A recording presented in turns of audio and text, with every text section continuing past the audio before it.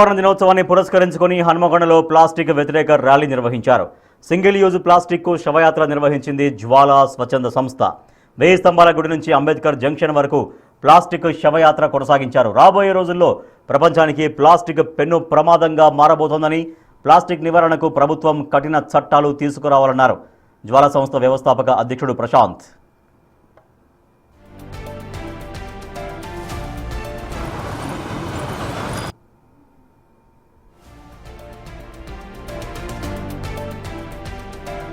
మరింత సమాచారాన్ని మా ప్రతినిధి వేణు అందిస్తారు.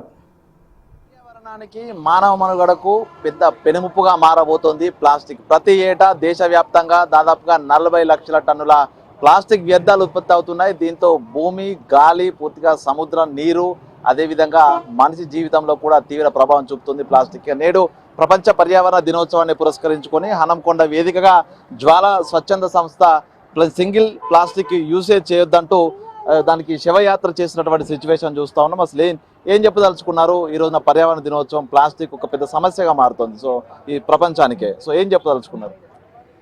ప్రపంచ పర్యావరణ దినోత్సవం సందర్భంగా ప్లాస్టిక్ వినియోగం అనేది భారతదేశంలో రోజు రోజుకు పెరిగిపోతున్నది.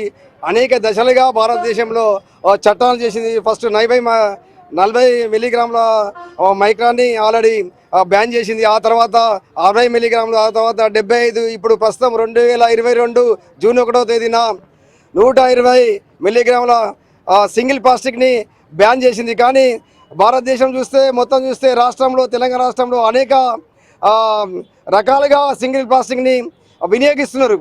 కానీ చట్టాలు చుట్టాలుగా పనిచేస్తున్నాయి. అంటే ప్లాస్టిక్ పైన చట్టపరమైన చర్యలు తీసుకోలేదు. సింగిల్ ప్లాస్టిక్ని ప్రతి ఒక్కరు ప్రతిరోజు సుమారుగా 30 గ్రాములు వినియోగిస్తున్నారు. ఒక సంవత్సరానికి 11 కిలోలు ఒకరు వినియోగిస్తున్నారు. భారతదేశ జనాభా చూస్తే 143 కోట్లు ఉంది. అంటే ఆ స్థాయిలో చూస్తే కొన్ని లక్షల కోట్ల టన్నులని ఈ ప్లాస్టిక్ యూజ్ చేస్తున్నారు. దీనివల్ల ఈ ప్లాస్టిక్ వినియోగం వల్ల నీరు కలుషితం అవుతుంది, గాలి కలుషితం అవుతుంది, భూమి కూడా కలుషితం అవుతుంది. భూమి కలుషితం కావడం వల్ల పంటలు చక్కగా పండడం లేదు, నీరు కలుషితం కావడం వల్ల జీవరాశులు చనిపోతున్నాయి. అలాగే గాలి, నీరు మనం తాగడం వల్ల మానవులు కూడా అనేక రోగాలకి బారిన పడి మరణించే దాఖలాలు అనేకం ఉన్నాయి.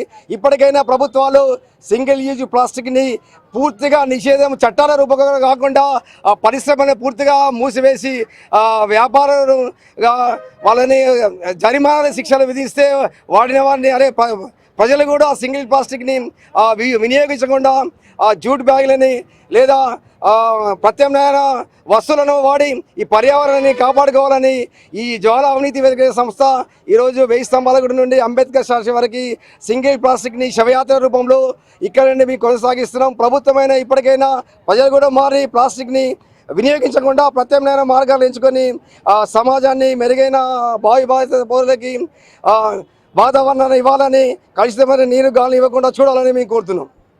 చూసాం కదా, జ్వాల సంస్థ ప్రస్తుతం శవయాత్ర ఒక సింగిల్ యూజ్ ప్లాస్టిక్ ని ఈ విధంగా ప్రజలకు అవేర్నెస్ కలగాలి. వాళ్ళ జీవితంపై సింగిల్ యూజ్ ప్లాస్టిక్ ఏ విధంగా ప్రభావం చూపుతుంది, మైక్రో ప్లాస్టిక్ వ్యర్థాల కారణంగా ప్రతి వ్యక్తి తినే ఆహారంలో కూడా ఈ మైక్రో ప్లాస్టిక్ కలుస్తుంది. క్యాన్సర్ రోగాలతో పాటుగా కూడా పూర్తిగా భూసారాన్ని తగ్గిస్తూ అనేక రకాల నష్టాలని ఈ సింగిల్ ప్లాస్టిక్ కలిగిస్తుంది. సో దీంతో రాబోయే రోజుల్లో అటు పూర్తిగా అన్ని కాల్సినవి, ప్రపంచమే, ఒక విశ్వమే పూర్తిగా ప్లాస్టిక్ వ్యర్థాలతో నిండిపోయి బ్రతకడమే ప్రాబ్లం అనేటువంటి ఒక సిచ్యువేషన్ వస్తుంది. కాబట్టి ప్లకార్డులు పట్టుకొని పూర్తిగా స్వచ్ఛంద సంస్థల ఆధ్వర్యం లోపల ఈ విధంగా సింగిల్ ప్లాస్టిక్ను నివారిద్దాము. రాబోయే రోజు లోపల వచ్చేటువంటి భావి తరాలకు మెరుగైనటువంటి వాతావరణకున్నటువంటి రాజ్యాన్ని ఇద్దామంటూ కూడా జ్వాల అవినీతి సంస్థ ప్రస్తుతం ఈ ర్యాలీ నిర్వహిస్తుంది. ఇప్పటికైనా ప్రజలంతా కూడా ప్లాస్టిక్ ద్వారా వస్తున్నటువంటి ప్రమాదాన్ని పసిగట్టి సింగిల్ ప్లాస్టిక్ను వాడొద్దంటూ కూడా బిగ్ టీవీ పిలుపునిస్తుంది. వీడియో జర్నలిస్ట్ సంతోష్తో వేణు, బిగ్ టీవీ, హన్మకొండ.